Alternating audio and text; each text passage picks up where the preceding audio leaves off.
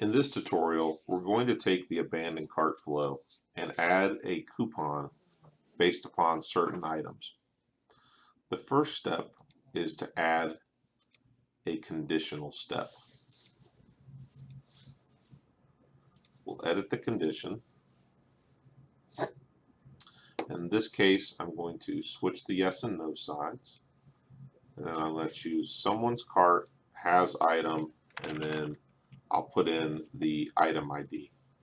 Now, you can specify multiple item IDs, and if any one of these is on there, the condition will be true. So if someone's cart has the item leather watch, then they're going to go down this branch, and I'm going to choose the next step of setup or modify cart.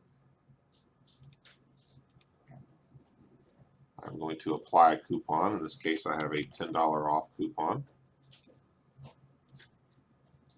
So now I've come in, I've modified their cart, and then I want to merge this branch back together. So I will add a merge step.